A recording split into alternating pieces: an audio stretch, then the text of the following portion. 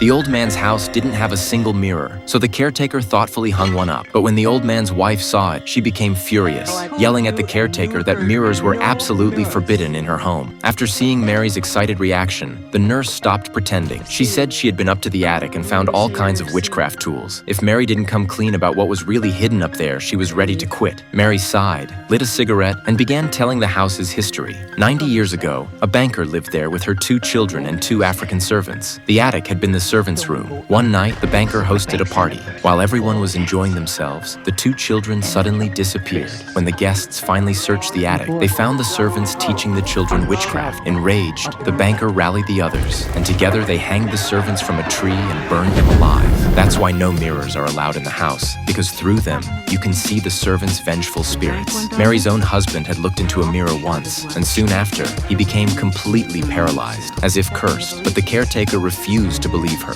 She even pointed out that she had looked in a mirror herself and nothing had happened. Mary explained, "Witchcraft can't hurt you if you don't believe in it." Even after hearing the story, the caretaker still didn't buy it. Then one day, she was preparing to bathe the old man when she noticed him staring fixedly at her mirror. Out of curiosity, she turned the mirror toward him, only to see that the old man really did seem to be under a spell. That's when it occurred to her, if witchcraft could harm someone, maybe it could also save them. So she sought out a witch and described the old man's symptoms, hoping to learn a way to break the curse. Following the witch's instructions, she chanted incantations while washing the old man's head with water. Before long, he actually began to speak. His words were still slurred, but his gestures were clear. He was afraid, not of the caretaker, but of his own wife. Unfortunately, before he could explain further, the caretaker was forced out of the room.